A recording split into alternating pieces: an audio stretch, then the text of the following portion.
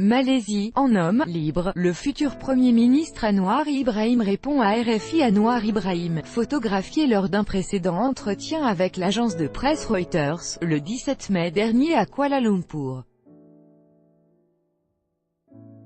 Reuters, Stringer sorti de prison le 16 mai dernier, Anwar Ibrahim devrait devenir le prochain Premier ministre de Malaisie d'ici un an ou deux. Tels sont les termes de l'accord conclu avec l'actuel chef du gouvernement, Mahathir bin Mohamad, qui vient d'être réélu à la tête du pays à l'âge canonique de 92 ans. Anwar Ibrahim nous a accordé cette semaine l'un de ses premiers entretiens à un média occidental. Il est interrogé par notre correspondante à Hong Kong. Pendant 22 ans, de 1981 à 2003, le Premier ministre Mahathir a dirigé la Malaisie à une monarchie constitutionnelle, d'une main de fer. En 1998, Anwar Ibrahim, qui est alors son vice-premier ministre et ministre des Finances, mais aussi l'un de ses proches, est arrêté et condamné à plusieurs peines de prison, notamment pour sodomie, au cours de procès qualifiés à l'époque de « parodie de justice ». À l'origine de cette brouille, que l'on pensait définitive, des désaccords politiques. Mais il y a quelques mois, les deux ennemis jurés se sont finalement réconciliés pour faire tomber le Premier ministre Najib Razak, dont le régime avait atteint des seuils de corruption exceptionnels. Puis la coalition d'opposition a remporté une victoire historique, qui marque la première alternance politique depuis l'indépendance. RFI, Anwar Ibrahim, comment allez-vous? Anwar Ibrahim, je me sens bien, indépendant, libre, enfin. Comment décririez-vous vos années en prison? C'était extrêmement difficile. Mais en prison, il faut être fort, il faut s'imposer une règle rigide, c'est-à-dire la discipline.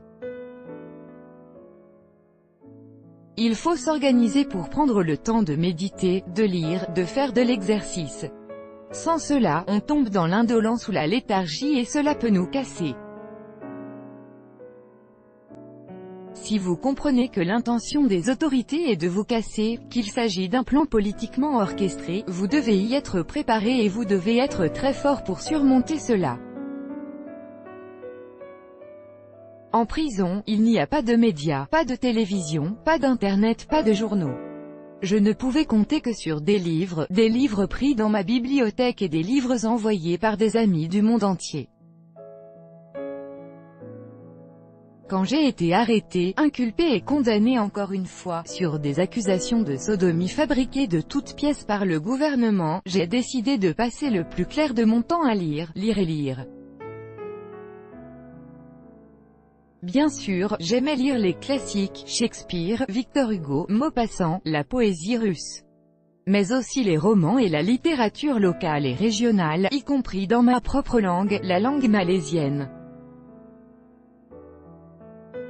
Quand vous allez devenir Premier ministre, ce qui est prévu d'ici un an ou deux, vous rejoindrez les rangs de leaders politiques comme Nelson Mandela ou Aung San Suu Kyi, qui sont passés par la prison. Est-ce que cette épreuve fait de vous un homme différent? Je suis plus vieux, plus sage, j'espère, je suis plus patient, mais aussi plus empathique, plus attentionné. Et je pense que ce sont les qualités que les dirigeants doivent avoir.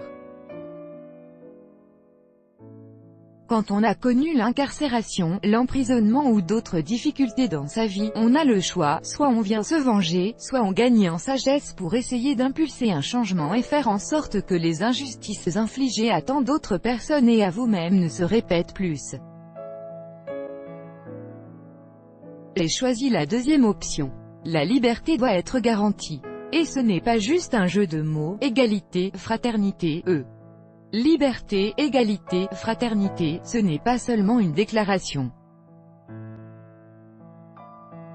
Je pense donc qu'à mon âge, avec ce que j'ai vécu et enduré pendant si longtemps, je dois prouver que la politique doit être différente. Vous devez penser ce que vous dites et vous effectuer les changements que vous avez promis. Pouvez-vous nous dire quelques mots sur les résultats de cette élection? Aviez-vous envisagé un tel scénario? Si vous regardez les résultats des élections de 2013, vous voyez que la majorité des Malaisiens avaient déjà opté pour le changement. Les élections ont bien sûr été falsifiées, beaucoup de circonscriptions que nous avions remportées, alors, nous ont ensuite été volées. Donc, si vous regardez ce contexte, il n'est pas très difficile d'imaginer ou d'envisager la victoire pour l'opposition cette fois-ci. Mais le paysage politique a radicalement changé. J'étais en prison, et celui qui était mon ennemi à l'époque, Tun Mahathir, est apparu et a décidé de travailler avec nous. Il a conduit l'opposition pendant les élections, et nous avons gagné. Même si j'avais envisagé une victoire, je n'avais jamais pensé qu'il aurait été possible ou même faisable d'obtenir cette remarquable transition démocratique sans qu'un seul coup de feu ne soit tiré.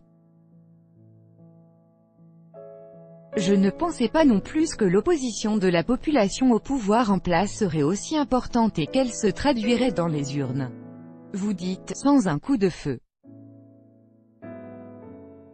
A-t-on craint, pendant la nuit des élections, d'assister à un coup, oui. Non seulement un coup d'État, mais il y avait également à ce moment-là une forte suspicion que le Premier ministre ne déclare l'état d'urgence et usurpe le pouvoir. Dieu merci, ça n'est pas arrivé. Quels sont vos projets dans l'immédiat, avant de devenir Premier ministre? Vous avez parlé de voyager puis de devenir député. Oui, je veux aller à Paris, j'adore Paris au printemps, pendant l'été, rire, bien sûr, j'ai beaucoup d'amis là-bas, j'aime l'ambiance, la ville, la nourriture, la culture. J'aimerais y passer quelques jours et voir mes vieux amis. Et il faudrait que je le fasse maintenant, parce que quand je serai au Parlement, ce sera terminé. Je vais aussi aller à Londres pour rencontrer Al Gore et son équipe, ainsi qu'en Turquie, pour répondre à l'invitation du président Erdogan. Ensuite, quelques autres endroits, Hong Kong, l'Australie, le Moyen-Orient, les États-Unis. Cela va me prendre un mois ou deux, c'est certain. Et puis, je reviendrai pour la législative partielle, pour redevenir un simple membre du Parlement, un député de second rang. J'ai dit au Premier ministre que je n'avais pas l'intention d'occuper une quelconque position dans le gouvernement, parce que je veux qu'il ait toute latitude pour prendre ses décisions sans avoir à s'occuper d'une autre personnalité politique susceptible de lui faire ombrage. Je pense que c'est une bonne décision. Où en est votre relation avec le Premier ministre Mahathir? Dans les années 1980, vous parliez d'une relation père-fils. Mais aujourd'hui, sachant ce qu'il s'est passé depuis, où en est cette relation? Deux amis proches, oui, quasiment des liens filiaux, familiaux, qui se sont transformés en une guerre de 30 ans comme celle d'Europe, rire, amère, vicieuse, mais aujourd'hui, nous sommes en train de renouer notre amitié parce que l'objectif est de sauver le pays de la corruption endémique et des abus de pouvoir. Comment qualifier cette relation? Est-elle confortable? Non, pas vraiment confortable. Mais par exemple, hier soir, ma femme et moi étions invités dans sa maison et nous avons longuement discuté avec lui et son épouse. Il a été plus cordial et en m'observant, il s'est détendu, parce que quand l'on parle du passé de manière positive, on réalise qu'on met le passé derrière soi. Oui, voilà, on voit le bon côté. Que pensez-vous de Mahathir comme homme et comme dirigeant politique?